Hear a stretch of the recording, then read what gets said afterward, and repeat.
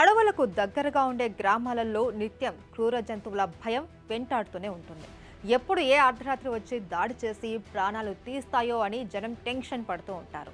అటవీ శాఖ అధికారులు ఎంతగా చర్యలు తీసుకున్నా అప్పుడప్పుడు క్రూర జంతువులు గ్రామాలపై దాడులు చేసి పశువుల్ని చంపేస్తూ ఉంటాయి.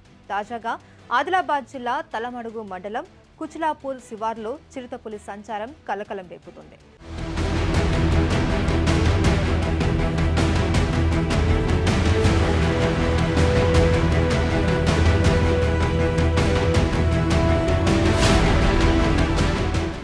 3 రోజులుగా తెలంగాణ, మహారాష్ట్ర సరిహద్దుల్లో చిరుత సంచరిస్తూ ఉన్నట్లు స్థానిక ప్రజలు గుర్తించారు.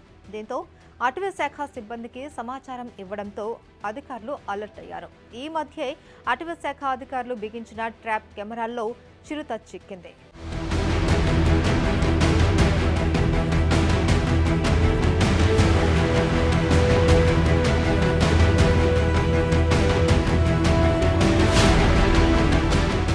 చిరుత ఇటీవల దాడి చేసి ఓ ఎద్దు 2 మేకలను చంపింది అని గుర్తించారు. దీంతో చిరుత మనుషులపై ఎక్కడ దాడి చేస్తుందో అని స్థానికులు భయపడిపోతున్నారు.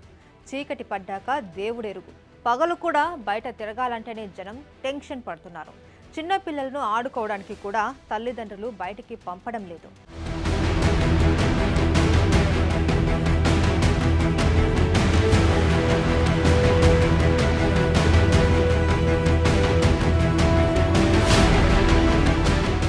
రోజులు గడిచే కొద్దీ స్థానికుల్లో భయం పెరుగుతోంది.